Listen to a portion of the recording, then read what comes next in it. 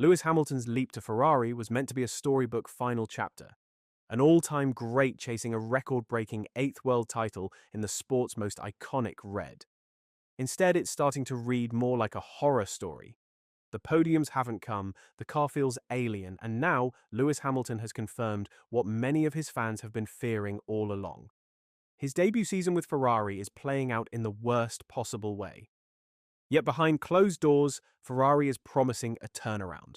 New upgrades, a 2026 car tailored to his style, and a seat at the table for shaping the future. The question is, will those promises arrive in time to salvage his legacy-defining gamble? Hamilton has entered a make-or-break chapter in his Ferrari story as the Maranello team pulls out every trick in their book to turn things around for him in 2025. Despite his glittering resume as a seven-time world champion, he seemed visibly unsettled, cutting a defeated figure during media appearances as he adjusts to life at Maranello.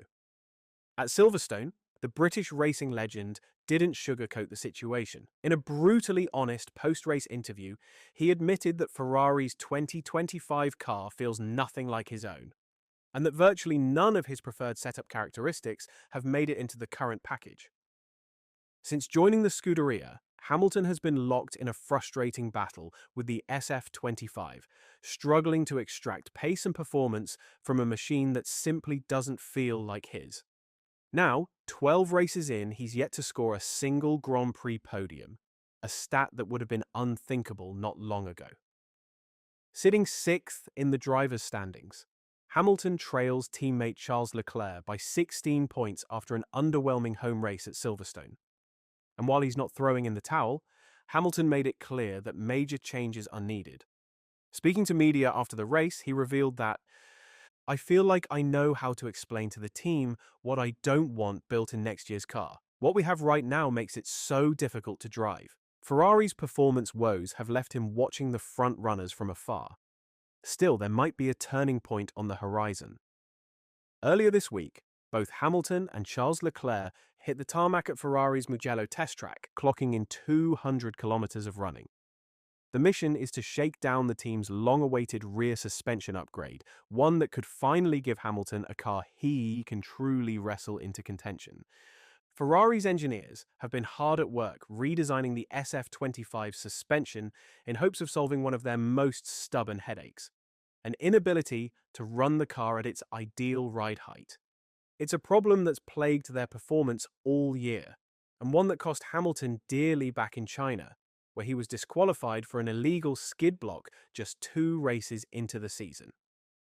This week's testing session couldn't have come at a better time for Ferrari, with the Belgian Grand Prix at Spa-Francorchamps just around the corner. As a sprint weekend, the team will have only one practice session to dial in the setup, making every insight gained during testing all the more valuable.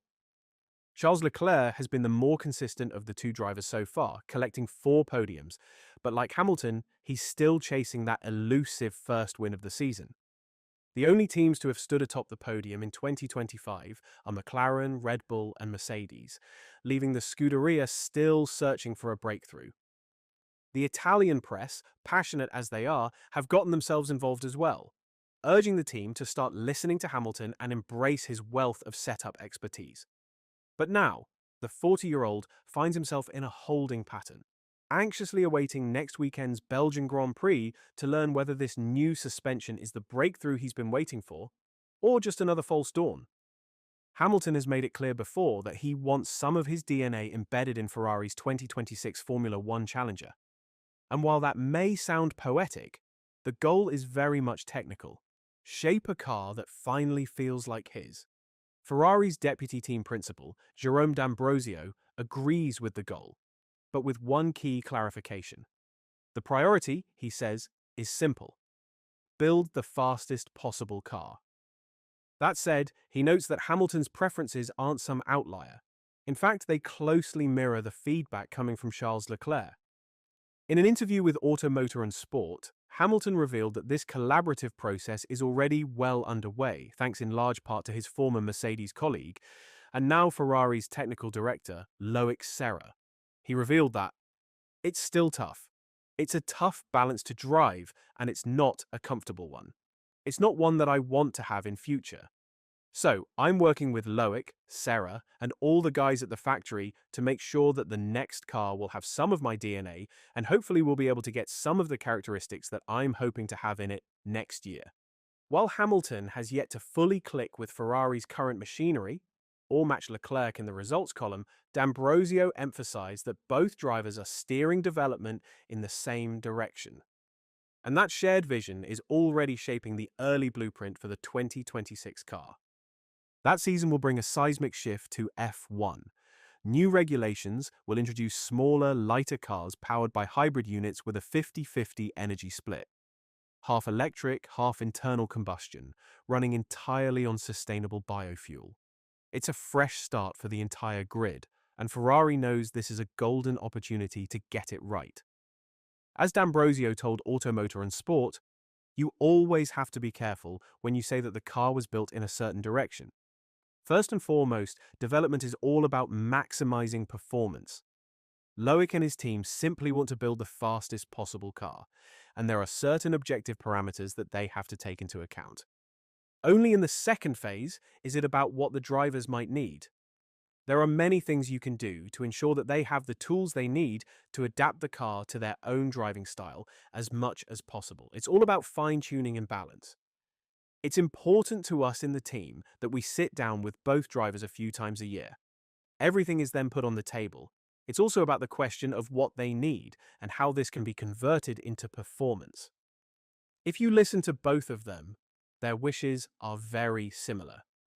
The fact that Loic worked with Lewis at Mercedes for many years obviously helps with communication, but Loic also has a very good relationship with Charles. On paper, Ferrari sits second in the constructors' standings, but that's mainly because the SF25 has proven to be a moody machine, with a narrow performance window that's given both Hamilton and teammate Charles Leclerc a headache when it comes to finding the sweet spot in setup.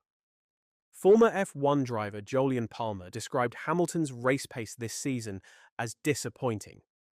The stats back that up.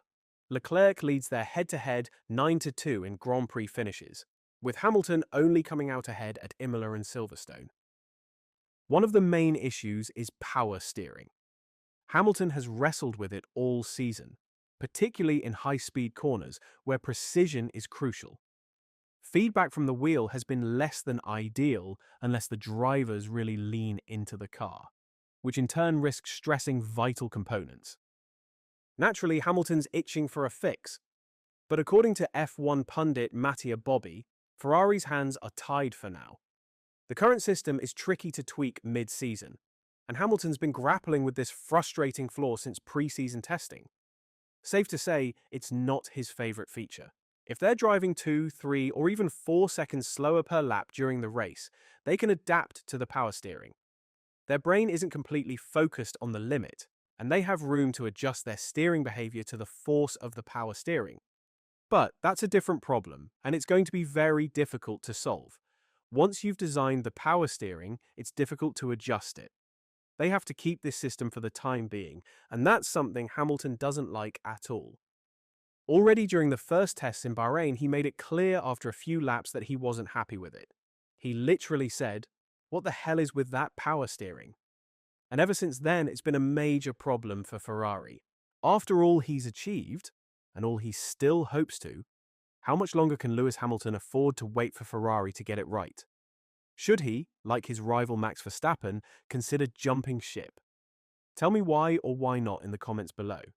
And if you haven't, be sure to hit that like button and subscribe to the channel to stay updated in the world of Formula One.